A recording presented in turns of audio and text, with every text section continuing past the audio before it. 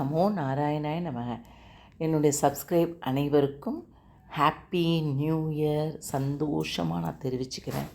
இன்னும் மேலும் மேலும் எனக்கு நீங்கள் அனைவரும் சப்ஸ்கிரைப் பண்ணுமாறு கேட்டுக்கொள்கிறேன். எல்லாமே கடவுளுடைய அருளை பெறுவதற்கு நாம் இப்போது இந்த 2025 உங்களுக்கு மன அழுத்தத்தை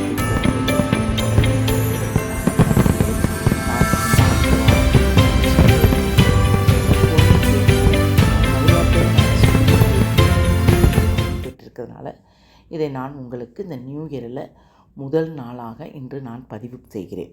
ஓகேவா? வாருங்கள், கடைசி வரை பாருங்கள். அதாவது என்னன்னு பார்த்தங்கன்னா, நம்முடைய மன அழுத்தத்தை போக்கும் இந்த ஒரு 8 செயல்களை நம்ம செய்யணும். இந்த வருஷத்துலேருந்து நாம் அதை செய்வோம். நானும் சேர்த்து தான் செய்கிறேன். என் பசங்களுக்கும் இதை நான் கொடுக்க உள்ளேன். என்னன்னு பார்த்தீங்கன்னா, இன்றைய நவீன வாழ்வில் நம்ம எல்லாருக்குமே கவலை, மன அழுத்தம், எல்லாருக்குமே அது இல்லாத மனிதர்களே இல்லை. கவலை என்பது ஒரு பொருளாதார புற்றுநோயை போல் அது தொடர்ந்தால் நம் மனசுக்கும் நம் உடம்புக்கும் பெரிய பாதிப்புகளை ஏற்படுத்தும்.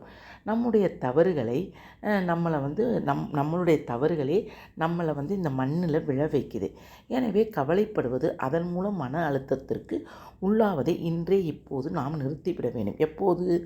இந்த 2024 நம்ம நிறுத்திடணும். நாளைக்கு நமக்கு 2025 பிறக்க போகுது. அதுலேருந்து நாம் ஒரு புதிய வாழ்வை ஆரம்பிப்போம். அனைவரும் நாம் மனதிற்குள்ளேயே நாம் ஒரு உறுதி அளித்து கொள்வோம். எல்லாருமே சொல்லுவாங்க, எங்கள் பசங்களே சொல்லுவேம்மா, ஒரு செயல்லேருந்து மாறுறது, நம்ம மனசோட மாறுறதுலாம் ரொம்ப கஷ்டமாக, முடியவே முடியாது, அதெல்லாம் ரொம்ப ஈஸி இல்லை, நீங்கள் சொல்கிற மாதிரிலாம் மாற முடியாது அப்படின்னு சொல்லுவாங்க. அது உண்மையிலே ரொம்ப 100% கரெக்டு தான். நாம் எப்போதும் ஒரு பைசாவாக எப்படி சேர்த்து நமக்கு 100 ரூபாய் 1000 ரூபாய் வருகிறதோ அந்த மாதிரி நாம் ஒரு நாளைக்கு 1% என்று நம்மை மாற்றிக்கொள்ள வேண்டும். என்னன்னு பார்த்தீங்கன்னா, கவலைகள் பிரச்சனைகளை விட்டு ஓடி ஒழியாமல் அவற்றை நேருக்கு நேராக ஃபஸ்ட்டு நம்ம எதிர்கொள்ளணும். எதற்காக நாம் வருந்துகிறோம் என்று நாம் யோசித்து நாம் புரிந்து கொள்ள வேண்டும். பிறகு நம்மளையே நமக்கு ஆறுதல் படுத்தி கொள்ள வேண்டும்.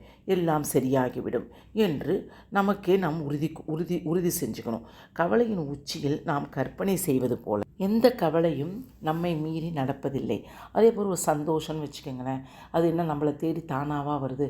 நம்ம ஒரு டிவி சீரியலை பார்த்து நம்ம சந்தோஷப்படுத்திக்கிட்டு கக்க புக்கன்னு சிரிச்சுக்கிறோம், இல்லை ஒரு ஜோக்கை பார்த்து சிரிச்சுக்கிறோம். அதே மாதிரி தான் நம் கவலையை எப்படியெல்லாம் ஒழிக்க வேண்டும் என்பதை நாம் யோசித்து ஃபஸ்ட்டு நாம் செயல்பட வேண்டும். அதுதான் நம் எண்ணத்தை நாமே ஆராய வேண்டும். அதாவது என்னன்னு பார்த்தீங்கன்னா, 2வது பாயிண்ட் என்னன்னு பார்த்தீங்கன்னா, கவலைப்படுவதை உடனே நாம் நிறுத்த வேண்டும். அதாவது இதே போல் ஒரு பிரச்சனை சூழலில் நாம் திக்கி திணறி கடைசியில் எல்லாம் எளிதாக முடிந்ததை நினைவு கொண்டு வாருங்கள். கவலைகள் மேகமூட்டமாக மனதை தடுத்து நிம்மதியாக நாம் மூச்சு விடுவோம். அதாவது என்னன்னு பார்த்தீங்கன்னா, இப்போ நாங்களாம் நினப்பேன், இப்போ அந்த காலத்தில் எப்படி தான் அந்த பிள்ளைகளெல்லாம் படிக்க வச்சு வளர்த்து எப்படி இந்த அளவுக்கு பெரிய ஆள் ஆச்சுங்க அப்படின்னு நம்ம அப்பா போல் அவ்வளோ கவலைப்பட்டிருப்போம். ஆனால் இப்போ அதை நினச்சோம்னா அது ஒரு மேகமூட்டமாக நமக்கு தெரியும். நம்ம என்ன அதுக்கெல்லாம் செய்யணும் அப்படின்னா, தினசரி நம்ம இந்த கவலையெல்லாம் மறக்கணும். இதெல்லாம் என்னுடைய அனுபவமாக அதை நானே சொல்கிறேன். தினசரி என்ன செய்யணும்? ஒரு அரை மணி நேரம் காலையில் உடற்பயிற்சி, சாயங்காலம் ஒரு 40 நிமிஷம் வாக்கிங். மன அழுத்தத்தை போக்க ஒரு சிறப்பான வழி என்னன்னு பார்த்தோன்னா இதுதான். எப்போதும் நம்ம அந்த நெத்தியெல்லாம் முறிப்போம் பாருங்கள், அப்பாடான்னு முறிக்கிறது, அதெல்லாம் நமக்கு பலன் தரும். மன அழுத்தம் கூடுவதால் தோன்றுனால இப்போ நல்ல மன அழுத்தம் இருக்குது, என்ன செய்யலாம்? வீட்டை விட்டு டக்குன்னு போயிட்டு கொஞ்சம் தூரம் நடந்துட்டு, இல்லை நமக்கு ஒரு பிடிச்ச வேலைகளை செஞ்சுட்டு வரணும். இப்போ என் பையன்லாம் வந்தான்னு வச்சுக்கோங்க, வீட்டில் ஒரு மாதிரி ஸ்ட்ரெஸ்ஸாக இருந்ததுன்னா டக்குன்னு ஒரு காஃபி ஷாப் போயிட்டு வருவான். அந்த மாதிரி நம்மளை மாற்றிக்கணும். நம்ம அந்த நேரத்தில் உட்காந்து ஆழ்ந்த மூச்சு நம்மளை அப்படியே இழுக்கணும். அதான் 4வது பாயிண்ட் என்னென்னா, சில சமயம் படப்படப்பு, பயம் இதெல்லாம் இருக்கும். ஐயோ என்ன ஆகிடுமோ அப்படின்னு படப்படப்பு இருக்கும்போது நம்மளுடைய ஆக்சிஜன் ரொம்ப குறைவாக இருக்கும். அதனால் நமக்கு என்ன செய்வோம்? அதனால் நமக்கு அப்படியே ஒரு மாதிரி பால்பிட்டேஷன் வர மாதிரி இருக்கும்.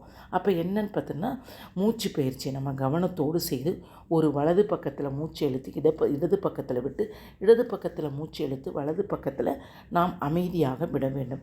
இப்படி விட்டோம்னா நிச்சயமாக இது க்யூர் ஆகும். எனக்கெல்லாம் சில சமயம் நைட்டு தூக்கம் இல்லை, கவலையால் தூக்கம் இல்லாதப்போ காலையில் டக்குன்னு எந்திரிச்சு போய் சாமி ரூமில் அப்படியே உட்காந்து ஒரு 20 தடவை மூச்சு பயிற்சி இன்ஹேல் எக்ஸ்ஹேல் செய்வோமா, இந்த பிரெயின் ஃபுல்லும் அவ்வளோ ஒரு பரவசமாக இருக்கும்.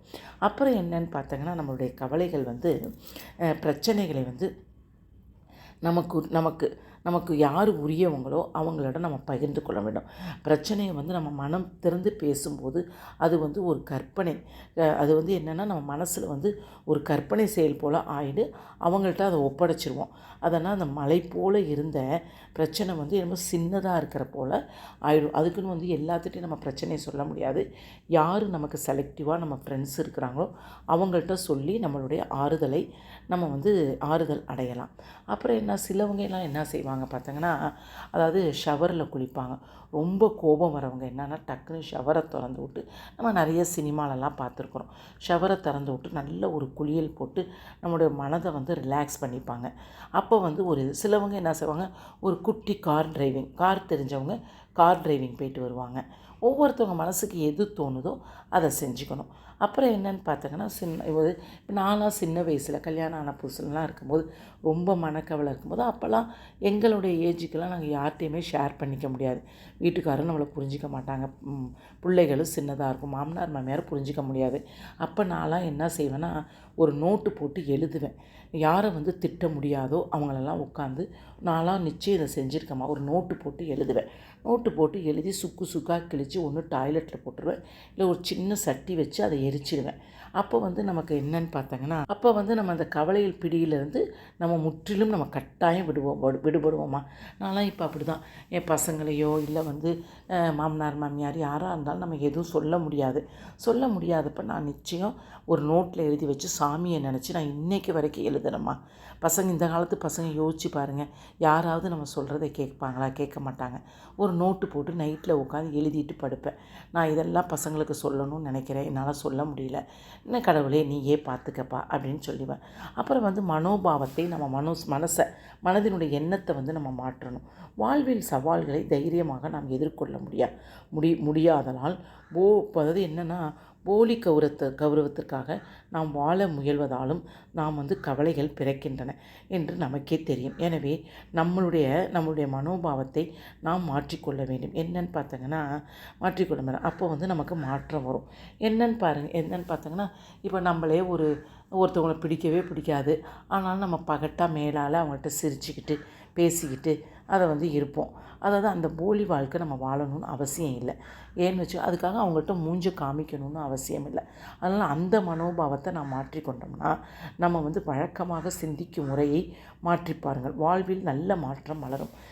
இதுதான் எனக்கு வந்து சொல்ல வேண்டிய ஒரு 8 சிறப்பான இது வந்து என்னென்னா, இன்னொன்று சொல்ல என்ன விரும்புகிறேன்னு பார்த்தீங்கன்னா, நம்ம வந்து எல்லா லேடிஸுமே என்கிட்ட டியூஷன் எடுக்கிறேங்க எல்லா அம்மாக்களும் என்ன தெரியுமா ஒன்று சொல்கிறாங்க, நான் வந்து 2 பிள்ளைகளுக்காகவே வாழ வேண்டியதாக இருக்குது, எப்போ பார்த்தாலும் காலையில் எழுந்திரிச்சா ஸ்கூல் விடவும் அது போகவும் வந்து வீட்டு வேலை, க்ளீனிங்கு, சமையல், சாப்பாடு இப்படியே எனக்கு போகுது, எனக்கு அதுவே ஸ்ட்ரெஸ்ஸாக இருக்குது அப்படின்னு சொல்கிறாங்க. அது சொல்கிறது ஒரு காலத்தில் எங்கள் காலத்துலலாம் அது ஸ்ட்ரெஸ்ஸாக இல்லை, ஏன்னா நாங்கள் இது இனிமையாக செஞ்சோம். இப்போ உள்ளவங்களுக்கு அது ஸ்ட்ரெஸ்ஸாக இருக்குது.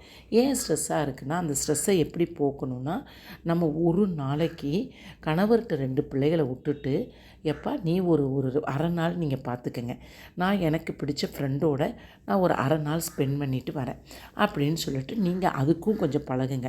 ஏன்னா எப்போதுமே எல்லாருடைய வாழ்விலையும் பார்த்தங்கன்னா பெண்கள் தான் ரொம்ப கஷ்டப்படுறதே. அதனால் பெண்களுக்கு வந்து நிறைய ஸ்ட்ரெஸ் ஆகி தான் நம்ம உடல் உபாதைகள்லாம் எல்லாம் மாறி போயிடுது. டக்குன்னு முட்டி வலி வந்துடும், தைராய்டு ப்ராப்ளம் வந்துடும், வந்து ஹார்மோன்ஸ் இம்பேலன்ஸ் ஆகிடுது. அதனால் எல்லா பெண்களுக்கும் சொல்கிறது இது ஒன்றே தான், நாங்களாம் அப்போ மாற்றுறதுக்கு எங்களுக்கு தைரியம் இல்லை. இப்போ உள்ள பெண்கள் எல்லாருமே தைரியமாக இருக்கிறதுனால தயவு செய்து வீட்டை விட்டு ஒரு வாரத்திற்கு அரை நாளாவது உங்களுக்கு நீங்கள் ஸ்பெண்ட் பண்ணி வாழ்ந்து பாருங்கள். சூப்பரான லைஃப். அது ஃபோனில் வந்து சார்ஜ் போட்டுக்கிற மாதிரி இருக்கும். அதனால் எனக்கு சகோதரியாக உங்களுக்கு நான் இதை பகிர்ந்து கொள்கிறேன். வந்து தயவுசெய்து இதை ஃபாலோ பண்ணி அனைவரும் முன்னேறுமாறு வேண்டிக் கொள்கிறேன். நானும் உங்களோடு சேர்ந்து இதற்கு சவால் விட்டு சபதம் எடுத்துக்கொள்கிறேன். வாழ்க வளமுடன். ஹரே கிருஷ்ணா. தயவுசெய்து சப்ஸ்கிரைப் பண்ணுமாறு வேண்டிக் கொள்கிறேன். உங்கள் அனைவருக்கும் நான் இறைவனிடம் பிரார்த்தனை பண்ணிக்கொள்கிறேன். Happy new year my tears.